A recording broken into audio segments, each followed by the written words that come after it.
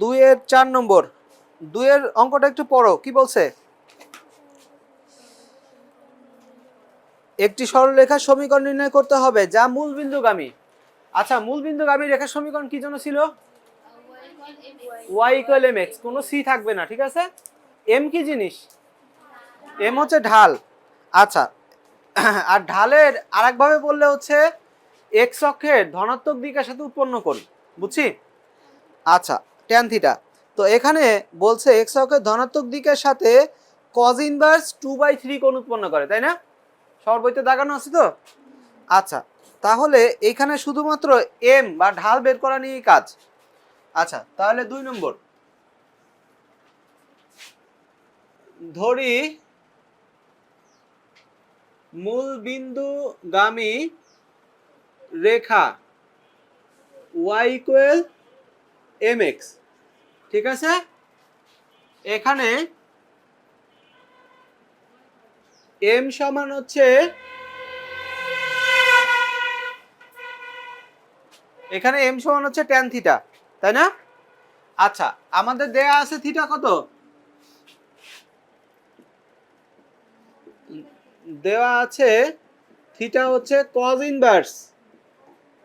2/3 এখান থেকে আমাদের tan থিটা মান বের করে নিতে হবে তাহলে আমরা m এর মান পেয়ে যাব বুঝছি আচ্ছা তাহলে এটা ইনভার্সের অঙ্ক cos ইনভার্স ওই পাশ থেকে এই পাশে শিফট করলে cos লিখতে হয় তোমরা এটা নতুন জানতেছো বাট সেকেন্ড পেপারে বিপরীত ত্রিকোণমিতি নামে পুরো একটা চ্যাপ্টার আছে কথা বুঝছো হ্যাঁ তাহলে এখান থেকে তোমরা খুব ইজিলি একটা ত্রিভুজ ড্র করে tan বানিয়ে নিতে পারো যেমন এখানে ধরো আমরা থিটা ধরতেছি তো cos থিটা হচ্ছে ভূমি বাই অতিভুজ তাই না এটা হচ্ছে ভূমি আর এটা হচ্ছে অতিভুজ তাহলে লম্ব কত বলতে পারো রাফ একটা হিসাব করো অতিভুজ স্কয়ার মাইনাস ভূমি স্কয়ার তার উপর রুট/, তাই না এটা হচ্ছে লম্ব সমান তাহলে কত হচ্ছে 9 - 4 রুট/5 তাহলে আমরা এখানে লিখতেছি রুট/5 আচ্ছা ঠিক আছে তো এবার আমরা এখান থেকে সুতরাং tan থিটা সমান কত পাচ্ছি লম্ব বাই ভূমি লম্ব কত √5 ভূমি কত বুঝছি না বুঝিনি কোন সমস্যা আছে না আচ্ছা এটাই তো আমাদের m তাই না সুতরাং m সমান √5/2 কোথায় বসাবো 1 নং এ বসাই দিচ্ছি y = √5/2x তার মানে হচ্ছে 2y সমান √5x একটু সাজায় লিখতেছি এটা ডেকোরেশন ছাড়া আর কিছুই না মানে এটা করলে ভালো না করলেও কোনো সমস্যা নাই এই যে উত্তর শেষ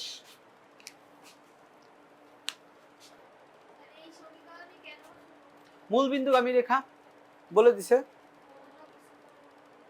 অন্য বিন্দু তো মূল বিন্দুগামী রেখার c থাকবে না y = mx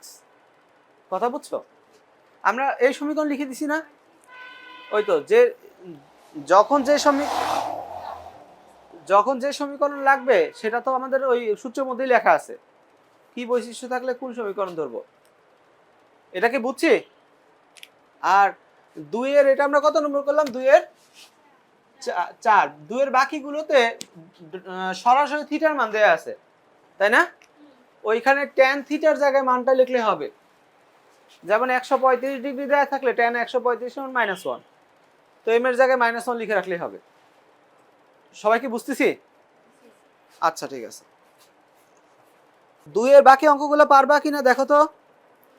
শুধু থিটার মান বসাবা tan থিটার মান tan 30 ডিগ্রি মান হচ্ছে 1/√3 tan 60 ডিগ্রির মান হচ্ছে √3 tan 90 ডিগ্রির মান হচ্ছে 1/0 অসংজ্ঞায়িত tan 90 ডিগ্রির মান আমরা কত লিখব m সমান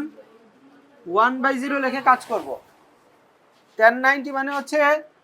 sin 90 / cos 90 sin 90 মান হচ্ছে 1 cos 90 মান হচ্ছে 0 বুঝছো এমনিতে অসংজ্ঞায়িত লিখলে তো কোনো রেজাল্টই পাবা না ঠিক আছে এরপরে আমরা 3 নম্বরে চলে যাচ্ছি 3 নম্বরের সবগুলো অঙ্ক খুবই ইম্পর্টেন্ট সেজন্য 3 এর সবগুলো অঙ্ক দাগায় রাখছি এটা মুসলাম ঠিক আছে